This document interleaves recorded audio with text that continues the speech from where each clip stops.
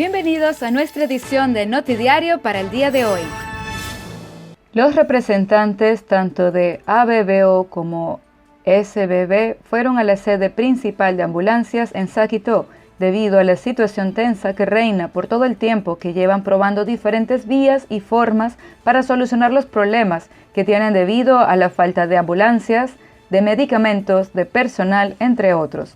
Indican es muy fácil exigir la presencia de las ambulancias cuando se necesitan, pero tienen respaldo de todos los comunicados que han enviado y necesitan se empiece a honrar las palabras tomando acción ante lo que se avecinan.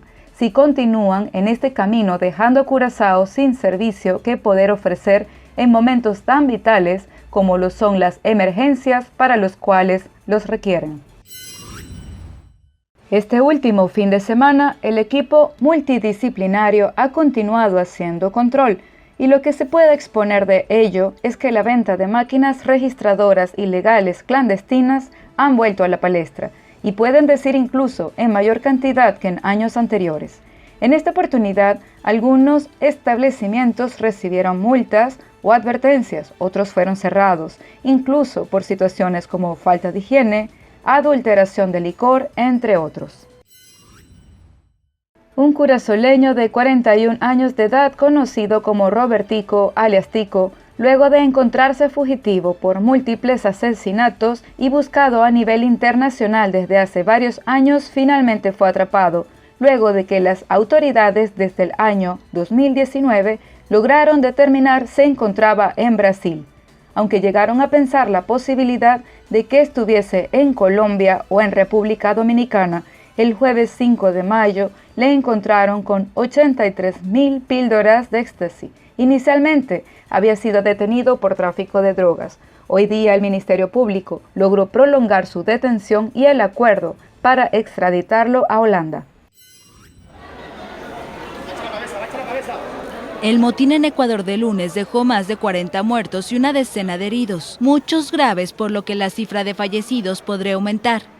Las autoridades confirmaron que un policía resultó herido y un centenar de reclusos logró escapar.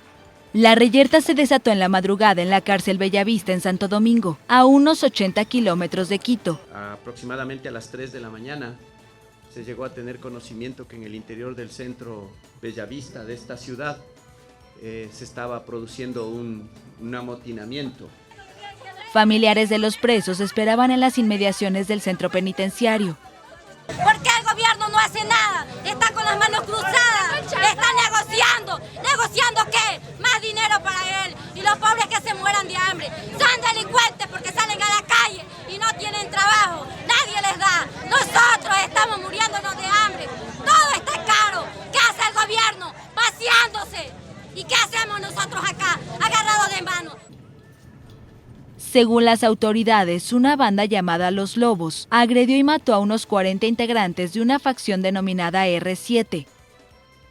La mayoría de ellos, por no decir casi el 100%, a simple vista se puede observar, fueron privados de la vida con arma blanca, no con arma de fuego. Y la mayoría de cuerpos fueron expuestos y agredidos en los pabellones y en las celdas. Algunos presos también usaron armas de fuego en contra de los policías. Al interior del penal se encontraron fusiles, pistolas, 4 granadas y municiones. Las autoridades retomaron el control de la cárcel y se reforzó la seguridad con 250 policías y 200 militares. Desde febrero de 2021, más de 400 reclusos han muerto en las masacres en las prisiones ecuatorianas.